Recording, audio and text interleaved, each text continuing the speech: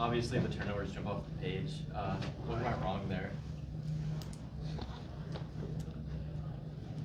I tell you one thing, it's when you have 22 turnovers, it's tough to win. Teams are just too good in our league. And, give Michigan State credit. Defensively, they were good, but there were a lot of, gifts that we gifted them, whether we tried to, of course, make home run plays and not, go for the simple play, or there were situations where we didn't read the defense and try to make a move, whether it was a travel or not allowing the defender to clear out and try to go into an offensive move that led to a turnover. It was just a poor decisions that we had in situations where it cost them 22 turnovers. From what Steve? Juwan, you had the 64 and 74 Big Ten champs and the 89 national champs here today. It almost had a flashback to when your Fab Five teammates were here and you played so well against Ohio State. Was there any interaction with those guys at all today, and what was maybe the impact of that? Well, the interaction was yesterday. Okay. Let me first start, and I'll repeat myself from yesterday, because it's truly an honor to have, the guys that, of course, paved the way for me and for our team. To do some special things here at the University of Michigan, to represent this, this maize and blue, as champions. That's something that you can always appreciate for their years of, being called winners, and to have an opportunity to meet them, those teams and our players get a chance to shake their hand, and also to hear their why and why they chose Michigan, and also to hear some of the stories on their journey and their time here at the University of Michigan. It was a wonderful opportunity yesterday, and that's something that we're always going to appreciate. Was it a big meeting, or was it dining together? No, they were dining, and we went to go. I thought it was out of respect to go upstairs after practice and meet them, and say a few words to let them know how we appreciate it. Did the players come too, or did you just go? Well, I said that we, But the players and staff. Okay. Tom?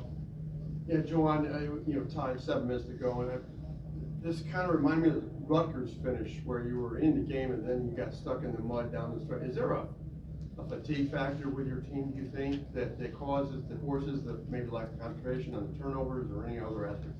Well, I would say this, the excitement of, playing against your rival. I saw, our guys were really pumped up for, this game, and just to see some of the decision making that was happening on the floor, it came from the adrenaline that was of being excited to play against Michigan State, and then also seeing the home crowd that brought the energy. But this is a time where we talked about in timeouts where you have to, of course, just slow down, take a breather, and allow the game to come to you. And that's something that as a young man, you learn. It doesn't just expect for it to happen. Those things happen during moments where, unfortunately, when you come out as the loser and have 22 turnovers, and then go back and see the why on what was caused by the turnovers. It wasn't, and I would not take anything away from Michigan State defense. It was more we hurt ourselves. Andrew? Juwan, with the turnovers, I guess you want your guys to play free, right? I guess where is that? No, balance? not necessarily free. Okay. Play within the guidelines of the game, and also how we practice and how we prepare for moments like this.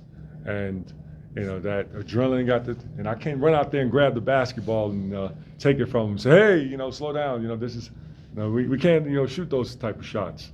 Those shots, some of the shot selection were bad decisions, and we didn't have enough player and ball movement to make Michigan State defense work from side to side. There was too many opportunities where we came down, pass shot, or a pull-up shot, or we didn't allow them to work to the end of the shot clock. And that's what makes it so frustrating. And I'm sure that they're so frustrated with themselves at this moment. But these are the moments where you got to learn how to win, and we're going through it. And the only way you can get out of it is you got to continue to keep having that buy-in. So there's a bit of a disconnect from what's happening, you're seeing in practice to the games. I didn't say that, no. Your question? Yeah. You mentioned that the game has to slow down in those clutch, in those crucial moments. You know, there's a lot of experience on this roster. It's pretty far into the Yes, season. at this yes, point. yes. Why hasn't the game slowed down for them? Yes, yes. You know, we do have experience. We also have guys that are new, that have just been playing with each other for a few months, and it takes time. It takes time to develop that chemistry. You know, fortunate enough, and I'll just take our opponent, for example. You know, they have, you know, a roster where 4 returning starters, I think, and that's really rare in college basketball today's college basketball. So when you have a team, like we have another team in our league that has 4 returning starters, you know, you're a step ahead of a lot of the other teams because you have that familiarity. You've also developed that chemistry. You understand the system, and with that, there's a lot of built-in trust on both ends. We have to continue to keep grinding. We will continue to find, you know, those, of course, who want to, you know, be here and want to enjoy, you know, growing as a player and doing it as a team, because, you know, that's what always been our success: playing together, playing hard, playing as one. Here with Mojo. Juwan, you have not been through a lot of seasons like this where the losing is Never. piled up. Right. How do you handle it, and how do you get out of it, never having experienced it? Well, that's a great question. As the leader of the program, you know, if I crack and I explode, then that's going to trickle down to the players. So it's my job to continue to keep coaching, keep teaching, and to, you know, find positive energy each and every day. And that's what I enjoy doing because these young men that I work with, I love them. And I enjoy coaching them, I enjoy working with them, I enjoy learning from them. And me and my staff was always looking for ways to how we can improve. What we see on film, yeah, you know, you go back and you joke about it, but, you know, when you lose a game like this and you look at 22 turnovers, it's going to be a horror film. And, you know, it's not going to be rated in a positive way. But those are teaching moments that we will, of course, keep growing with our players. We got 2 more But guys. losing doesn't feel well for any of us. With the amount of the frustration, could you see a situation where you would rethink what you want to do after the season? Oh, no, never. I am bought in.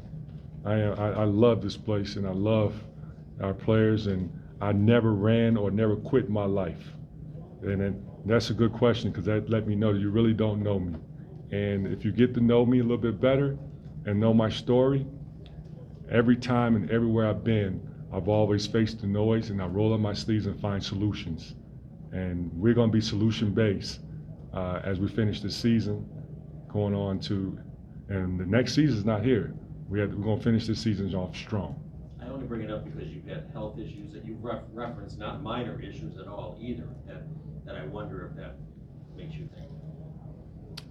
No, don't put words in my mouth. No, I'm not. Yeah. I am getting healthier, and that's the blessing of God. And then that's also the 3 days a week that I go to physical therapy, and there, you know, I do a lot of work on rehabilitation of getting stronger. And I'm so happy that I have some of the nurses there that is working hard with me and kicking my butt, because I have my workouts too, and those workouts are intense, but at the same time I see some good positive results. Thank you very much, Coach.